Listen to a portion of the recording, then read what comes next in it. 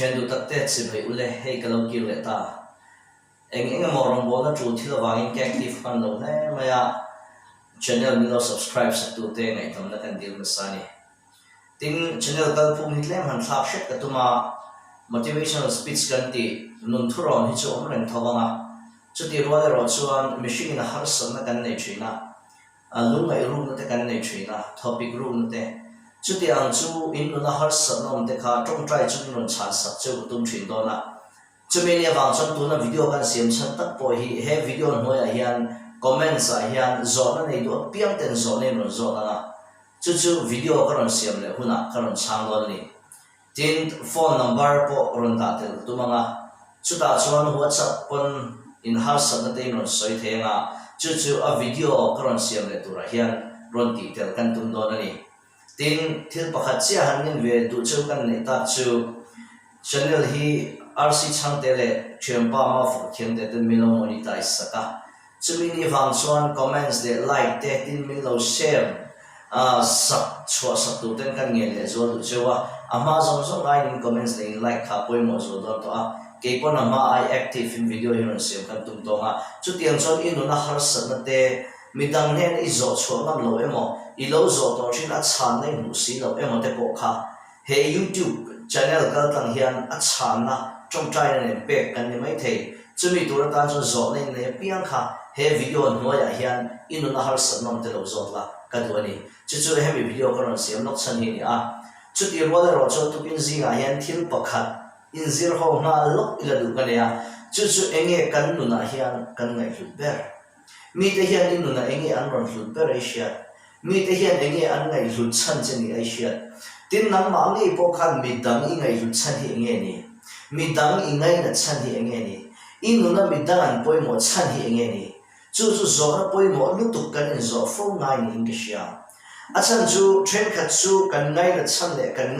ngai hlut chan hi an sum le pai wang ni em ani lo le an sil fen in bel thin te wang ni em ani lo le an hmel an dan te ni em ani lo poi an khos sak na awang te ni em kan ngai hlut chu tiang son ke ni po hi mi dang hian eng wang nge min ngai hlut mi dang in min ngai hlut na chana hi kan lung oin zo na poi mo lu to ni tro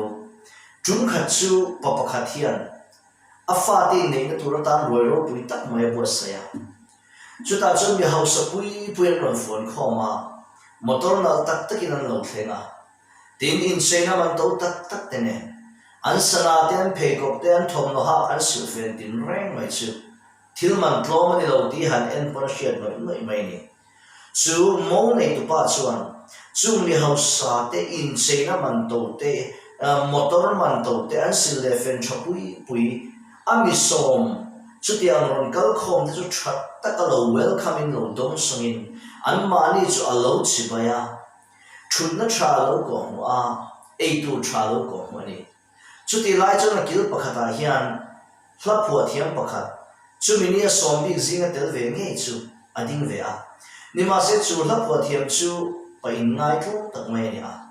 chu wangin a simple ang chu mini po chu simple tak mai ron che chu ani asil fen man to ron in bel lova pheikhok man to sana man to en mai mi tena an ron focus an ron en big theka tur ama eng ma ai bel lova ani phum pa ngai ne ron chwa maya ai che chin na pa ngai ne ron kala asil fen pa ngai ne a hoi her pa ngai ne ta chona ron thing ve a ma se tu ma chi bai tu ton talawa tu ma dong song tu hum lawa tu ma lo welcome tu lo chiao out tu po hum lawa thut na tha ko mu tu an om lawa an lo en liam vel mai ani chu ta chon ari ru chu na khop maya an lai to na chuan hlap phu mi ne wangin thil pakhat lo lu ta mi te so eng wangin nge he mo nei tu pa hian an lai thlu enga tinge don son tha enga tinge thut na tha ko mu bi som bi ve kan ni a enga tinge ke hi nol kan ni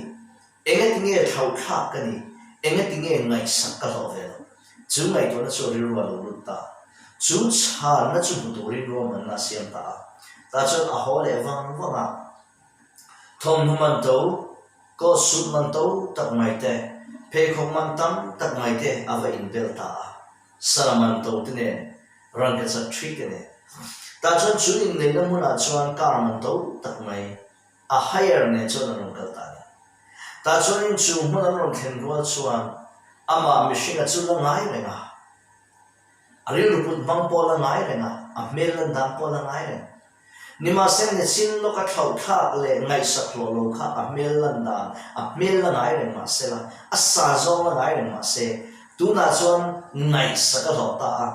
an lo dom song that em maya mo nei tu pa chuan chi bai mai du to lo a ko in a lo ko ta e khai lo ka ro I ron theng thei mo midang ang booking chut na cha ko mu ta midang ang booking ei tu cha ko mu ta midang ang booking alai lu chan tir ve ta ni nakina chon tlai lam roi che lo hun ta ta chon tlai roi che tu ran han thu khom chu cho nei don lai chuan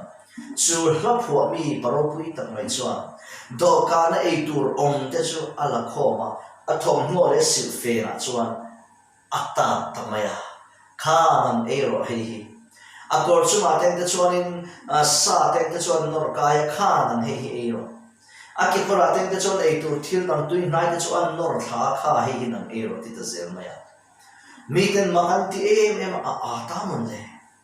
kan hla phua tu pa hi a ta mon le kan ziak mi hi a mol ta mon le enge nu achuma hi lo thing ta le mitin mai chon mak ti ran em thut mai ta chon mo nei tu pa nge chu program an ho tu pa ver ti to mai chu ne po chon mak ti a aron kala enge ti nge he ti an he ni ti mai eng thil nge ti ta enge om zia ti mak ti tak mai no zo ta ni chu ta chan na chwe he ni ne che na khan karon kala nima se kan ni dan phum pa ngai ne kan ang angalang choking karon kala ma se ngai sak ta so tu ma min chiao au lo wa tu ma min ben khon lo wa tu ma in chut na tra min ko mu lo wa chi bai tu ta nia ko ka ton ti chon tu na hian ka va in kha ka karon kal nam le ta nima se mi tin re ni na voi mi na chuan min lo chiao au thata nang ngei point a ko in min lo ko amin lo dom songa chut na tra min petani kha chu chuan chan pakhat chian e kalan dan in thla khen wang chawani chu wang chon kalan dan min thla khen sak tu chu ka sil fen hi ni a chu wang chon voinya ei tur tui hnai te don son na tha te chiao au na tha te ngai sak na te heng zong zong hi ke ma hian om lo ka sil fen a zo khen om ani chu wang chon ei tur tui hnai po hi ka sil fen te nan phu a in tur tui hnai po hi ka sil fen te nan phu kalan dan na bin phu ke ma ni lovin atitani chu mi ni chon mi tam tak chon in ngai to ha ta chu molom na roi bo sai tu pa ngai po chu ai na ngai to ha ta ni voinya hian thian tu ta mi dang ngai lut chan kha nun takin ngai to la mi dang nan ngai lut chan che po hi nun takin ngai to te mi chen kha chon house sa e ma kan ngai lu ni mai the chen kha chon sil fe na thin e ma kan ngai lu ni mai the chen kha chu an mel cha e ma kan ngai na ni mai the ni ma se la chung kan ngai lut chan thil reng reng chu eng tik nia mo ral le vector ni eng tik nia mo bo ral le vector ni eng tik nia mo man zo le vector ni ma se ngai lut chan tu dik tak satuan thing po om reng tu chu ke mani hi ni chu wangin mi dang ngai hu do ni chuan in ngai hu chan tu ra chu an ma ni ngai hu chan tu om awang re ngai hu la thil dang wang ni la ti chuan mi dang in nang pon te than se alo fu do ni pathian in mal so cho se ti khanin ne sina kan soita kan khan atop nan kan soi non le du chu he video comment a hian atam the ang per min lo comment sakula chuta comment sa chon he video hi comment angai lawa an noya khan inuna har san om zok te mang an na om thrin te in ngai zon len karani emo pathian thuani emo